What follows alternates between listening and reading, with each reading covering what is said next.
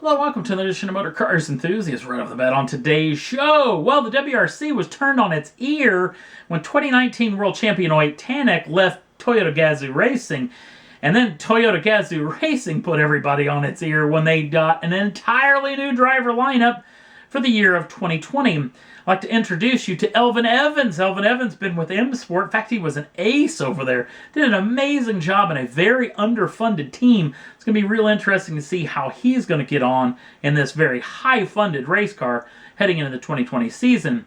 Of course, we all know six-time world champion Sebastian Ogier was widely reported the reason why Citroën actually left the sport after he left them, even though I don't think that was even remotely the case. There was tons of high-grade drivers that were on the market that should have been in those cars, and it's kind of sad to see that team go, but he's going to be a big point in Toyota Gazoo Race. In fact, this is going to be real interesting to see what he may have up his sleeve, as 2020 was going to be his last year. What happens at the end of the year could be anybody's guess. Of course, the guy in the middle is, of course, longtime champion and a rally ace, Tommy Macklin, team principal. And then the real interesting person is the youngster, the teenager, Kalle Rovanperä, son of world rally driver Harry Rovanperä from back in the day. Kalle is a youngster. He was an ace inside of the WRC 2 class, even though he's written off a lot of cars. And I'm assuming that's what's going to happen to young Rovanperä coming into the 2020 season. He's going to ride off a bunch of cars this year. He's going to tear up a lot of the undergrowth from a lot of countries all over the planet. But it's really big to actually learn this because you're stepping up to a huge level. It's going to be real interesting to see what Gazoo Racing does in the WRC world in 2020. I'm assuming you may see another world champion driver and another world champion manufacturer as well. So we'll definitely keep you tuned more of what we hear. Next up on the list, this is an iconic photograph from back in the 60s. This is now the late, great Bill Simpson, who just passed away just a couple of days ago at the age of 79.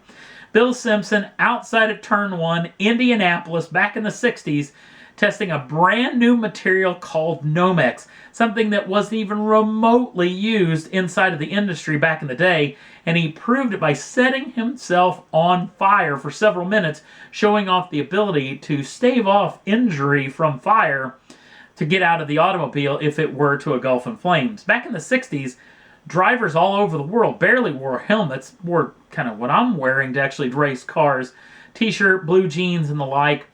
But Bill Simpson saw an area that needed to be filled, and he was huge inside of the racing industry. He started out back in the 50s drag racing cars and had a huge accident. Well, in fact, broke both of his arms in that accident, and he was the person that's actually credited with starting the parachute.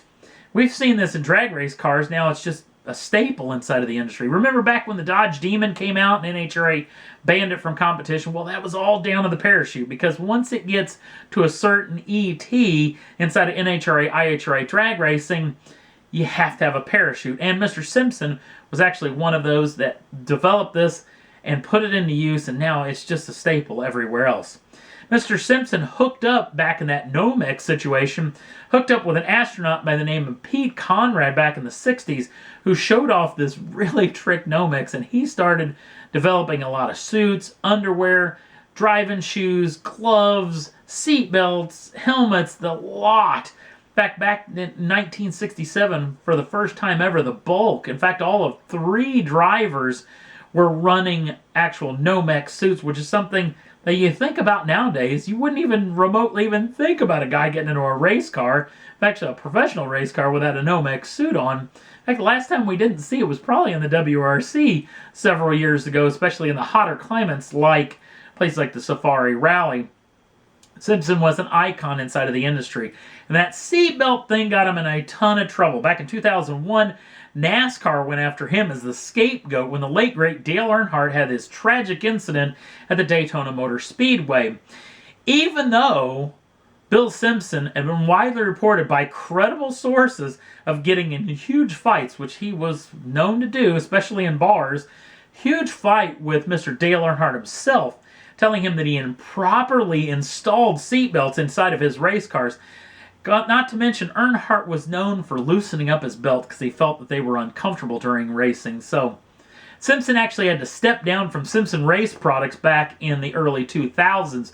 But Simpson got the last laugh, at least against NASCAR, when he did a huge defamation of character lawsuit and won big time. In fact, they settled out of court, never known exactly what was going on as far as that settlement was concerned. But Simpson won big and started an all-new racing safety organization called Impact Racing, right back to building helmets, gloves, jackets, suits, Nomex underwear, the whole lot inside of the series, back to wearing seatbelts and everything, and did that for many, many years. In fact, his later years, the past several years, was really trying to help out with this concussion protocol that we've seen, especially in football, developing a lot of helmets from Pee-wee players all the way up to players all the way up in the NFL. So he's done a huge amount to safety all over the planet, especially in helmet technology. Bill Simpson, again, gone at the age of 79. And last up on the list, well, we talked about an American Top Gear, and now we know who the presenters are going to be on this new Top Gear that's going to be debuting on the Motor Trend app in the year of 2020, in spring of 2020. In fact, they're already filming as we speak. Now, the cast is going to be involving Jethro Bovington. Bovington was actually British-born. He's a race car driver. He's a heck of an ace. In fact, I've been working for Motor Trend for the past couple of years in a show called Head to Head. But he's going to be the anchor for this particular series as far as the cars are concerned. Now, when it comes to the comedic side of things, that it seems like all these Top Gears need to have, it's going to have a pair of different comedians. One by the name of Rob Corddry. Corddry has been a comedian, movie star, television star. He's done a lot. And I didn't actually know he was a car guy until now, but apparently he's a very big car person. So he's going to be inside of the franchise. Of course, the guy in white we know and love is the Stig. And then the last guy in this particular scene is Dax Shepard, a guy that I absolutely know is a huge car guy. If you haven't seen the movie Hit and Run, that is a movie that he actually financed himself. A big-time cast inside of it that he got a bunch of his friends to work on. And that Hot Rod Lincoln in the early part of the film is his Lincoln. That's a pretty cool piece of kit. Mr. Shepard, too, being a comedian, movie star, and television star and the like. It's going to be real interesting to see how this trio gets on inside of this series. This will be the third generation of the American Top Gear. We saw the initial go-round make a huge impact, about 6, 7, 8 years on the History Channel. In fact, it only got killed off when the whole fracas happened over in Europe with Jeremy Clarkson back in the day. But this is going to be real interesting to see just how this team gets on. It's going to be, I thought they really should have gone with that initial go-round. The second go-round of the American Top Gear didn't work out very well, only went one season. So it's going to be very interesting to see how this thing gets on. It's going to come out spring of 2020 on the Motor Trend app, and I'm assuming later in the year it'll end up on the Motor Trend television network. And that's all there was that I thought was worth talking about for this edition of Motor Cars Enthusiasts. Don't forget to like us over on the Facebook page. Links down in the show notes. If you'd like to subscribe to the channel, you can do so at any time. The first dibs in the brand new shows as soon as they come out. Thanks for watching. We'll see you again real soon.